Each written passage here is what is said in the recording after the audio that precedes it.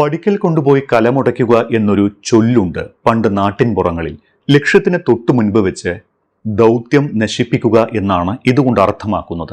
അതാണ് ഇപ്പോൾ മന്ത്രി സജി ചെറിയാൻ തന്റെ പ്രസ്താവനയിലൂടെ ഇടതുപക്ഷത്തിനുണ്ടാക്കിയ നഷ്ടം. പേര് നോക്കി വിജയികളെ വിലയിരുത്തുന്ന സജി ചെറിയാന്റെ രാഷ്ട്രീയം സംഘപരിവാറിന്റെ രാഷ്ട്രീയമായി ചേർന്ന് നിൽക്കുന്നതാണ് എന്നാണ് വിമർശകർ പറയുന്നത്. രാഷ്ട്രീയമായി തീർത്തും തെറ്റായ ഒരു കാര്യമാണ് മന്ത്രി സജി ചെറിയാൻ പറഞ്ഞത് എന്നിരിക്കെ മന്ത്രിയെ തള്ളാനും മന്ത്രി പറഞ്ഞതിനെ കൊള്ളാനും സാധിക്കാത്ത ഗതികെട്ട അവസ്ഥയിലാണ് CPM ഇപ്പോൾ. തദ്ദേശ തെരഞ്ഞെടുപ്പിൽ ഇടതുപക്ഷവുമായി അകന്ന ന്യൂനപക്ഷങ്ങളെ അനുനയിപ്പിക്കുന്നതിനുള്ള നടപടികൾ CPM നടത്തിക്കൊണ്ടിരിക്കുന്നതിനിടയിലാണ് പ്രതിരോധിക്കാനാകാത്ത പ്രതിസന്ധിയിലേക്ക് CPM-നെ സജി ചെറിയാൻ തള്ളിവിട്ടിരിക്കുന്നത്. കേരളത്തിൽ വർഗീയ ധ്രുവീകരണം എന്ന രാഷ്ട്രീയ ചർച്ച നടക്കുമ്പോഴാണ് സജി ചെറിയാന്റെ പരാമർശം എന്നതാണ് ഇതിന് ഏറെ രാഷ്ട്രീയ ശ്രദ്ധ ലഭിക്കാനുള്ള കാരണം. വർഗീയ ധ്രുവീകരണമുണ്ടോ എന്നറിയാൻ മലപ്പുറം ജില്ലാ പഞ്ചായത്തിലും കാസർഗോഡ് നഗരസഭയിലും ജയിച്ചവരുടെ പേരുകൾ നോക്കിയാൽ അറിയാം എന്നായിരുന്നു സജി ചെറിയാന്റെ പരാമർശം. ഇതോടെ ഇത് മുസ്ലിം സമുദായത്തെ ലക്ഷ്യമിട്ടുള്ളതാണ് എന്ന വിമർശനവുമായി പ്രതിപക്ഷം രംഗത്തെത്തി. ന്യൂനപക്ഷങ്ങളിലേക്ക് അടുക്കാൻ ഗൃഹസന്ദർശനങ്ങളും വിശദീകരണങ്ങളുമായി നടക്കുന്ന CPM-നെ വല്ലാത്ത ഒരു പ്രതിസന്ധിയിലാണ് സജി ചെറിയാന്റെ പരാമർശം എത്തിച്ചത്. മന്ത്രിയുടെ പരാമർശത്തിനെതിരെ വളരെ വലിയ രീതിയിലുള്ള പ്രചാരണവും സൈബർ ആക്രമണവും നടക്കുന്നുണ്ട്. ഇതിൽ നിന്ന് മന്ത്രിയെ സംരക്ഷിക്കേണ്ട ബാധ്യത CPM-നുണ്ട് എങ്കിലും അദ്ദേഹത്തിന്റെ പ്രസ്താവനയെ ന്യായീകരിക്കാൻ കഴിയാത്ത അവസ്ഥയിലാണ് CPM നേതൃത്വം. തദ്ദേശ തെരഞ്ഞെടുപ്പിൽ LDF കനത്ത തോൽവി നേരിടാനുണ്ടായ സാഹചര്യം ന്യൂനപക്ഷങ്ങൾ പാർട്ടിയുമായും മുന്നണിയുമായും അകന്നതാണ് എന്നാണ് CPM വിലയിരുത്തൽ. ഇതിൽ നിന്ന് ഒരു മാറ്റം വേണം. നിയമസഭാ തെരഞ്ഞെടുപ്പിൽ തിരിച്ചടി നേരിടാതിരിക്കണം. ഈ ലക്ഷ്യങ്ങളുമായുള്ള നീക്കങ്ങളാണ് CPM തദ്ദേശ തെരഞ്ഞെടുപ്പിന് ശേഷം നടത്തിക്കൊണ്ടിരുന്നത്. ന്യൂനപക്ഷങ്ങളുടെ തെറ്റിദ്ധാരണ അകറ്റുന്നതിനുള്ള ഗൃഹസന്ദർശന ക്യാമ്പയിനുകൾ പുരോഗമിച്ചു വരികയാണ്. CPM മുസ്ലിം വിരുദ്ധമാണോ എന്ന ചോദ്യം ഉയർന്നാൽ അതിനെ എങ്ങനെ നേരിടണമെന്നും എങ്ങനെ വിശദീകരിക്കണമെന്നും CPM കൃത്യമായ മാർഗരേഖ താഴെത്തട്ടിലേക്ക് നൽകിയിട്ടുണ്ട്.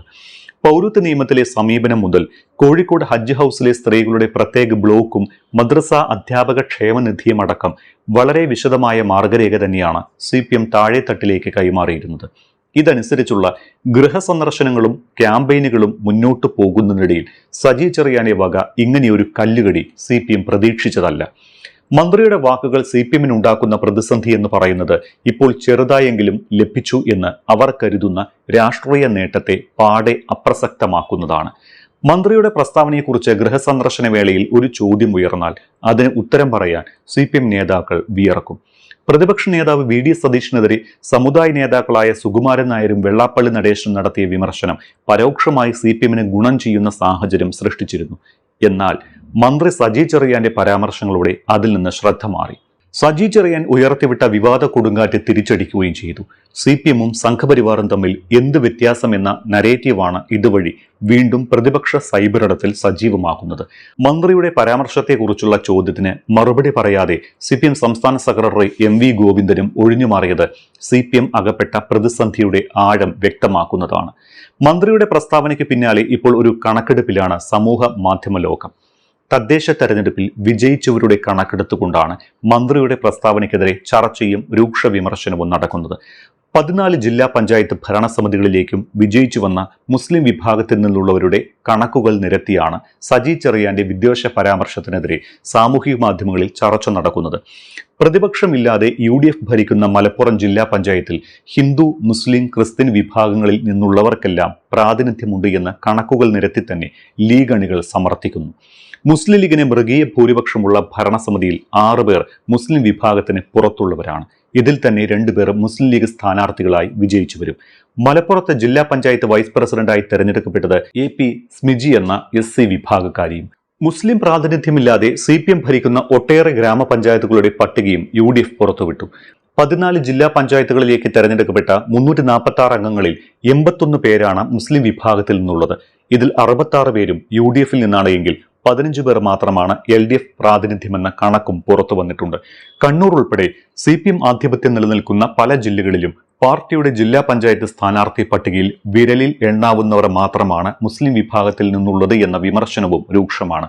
ഇതാദ്യമായല്ല സജി ചെറിയാൻ വിവാദത്തിൽ അകപ്പെടുന്നത്. മുൻപ് ഭരണഘടനയെക്കുറിച്ച് അധിക്ഷേപകരമായി സംസാരിച്ചാണ് വിവാദമുണ്ടാക്കിയത്. അന്ന് ഭരണഘടന കുന്തവും കുടച്ചക്രവുമാണ് എന്ന് പറഞ്ഞ് മന്ത്രിസ്ഥാനം വരെ തെറിക്കുന്ന സ്ഥിതിയുണ്ടായി. ഇന്നിതാ വർഗീയ ധ്രുവീകരണം ഉണ്ടാക്കുന്ന പരാമർശത്തിലൂടെ വീണ്ടും വിവാദത്തിലായിരിക്കുന്നു. പറഞ്ഞത് പിൻവലിക്കാൻ സജി ചെറിയാൻ പറഞ്ഞതിനെ പിന്തുണയ്ക്കാൻ CPM നേതാക്കളോ തയ്യാറായിട്ടില്ല. NSS SNDP ഐക്യം നല്ലതാണ് എന്ന് പറഞ്ഞ സംസ്ഥാന സെക്രട്ടറി MV ഗോവിന്ദൻ സജി ചെറിയാന്റെ പ്രസ്താവനയെക്കുറിച്ച് മിണ്ടിയില്ല. അതേസമയം ഇതേക്കുറിച്ചുള്ള മാധ്യമപ്രവർത്തകരുടെ ചോദ്യങ്ങളോട് തട്ടിക്കയറുന്ന സമീപനമാണ് സജി ചെറിയാൻ സ്വീകരിച്ചത്. മുസ്ലിം ലീഗിന്റെ വർഗീയ രാഷ്ട്രീയത്തെക്കുറിച്ച് പറഞ്ഞ തന്റെ പരാമർശം തെറ്റിദ്ധരിപ്പിക്കുന്ന തരത്തിലാക്കിയാണ് പുറത്തു വന്നത് എന്നാണ് സജി ചെറിയാൻ പ്രതികരിച്ചത്. BJPയുടെ ഭാഗമായ ന്യൂനപക്ഷ വിഭാഗങ്ങളിൽ നിന്ന് MP-മാർ ഇല്ലെന്നതാണ് താൻ ഉന്നയിച്ച വിഷയമെന്നും അതിനെയാണ് എതിർത്തത് എന്നും മന്ത്രി പറഞ്ഞു. ഭൂരിപക്ഷ വർഗീയതയെ എതിർക്കുന്നുവെന്ന പേരിൽ ന്യൂനപക്ഷ വർഗീയതയെ ശക്തിപ്പെടുത്തുന്ന സമീപനമാണ് ചിലയിടങ്ങളിൽ കാണുന്നത് എന്നും മന്ത്രി വിശദീകരിക്കുന്നുണ്ട്. ഇനി ഇക്കാര്യത്തിൽ മുഖ്യമന്ത്രി എന്ത് നിലപാട് സ്വീകരിക്കുമെന്നാണ് കണ്ടറിയേണ്ടത്.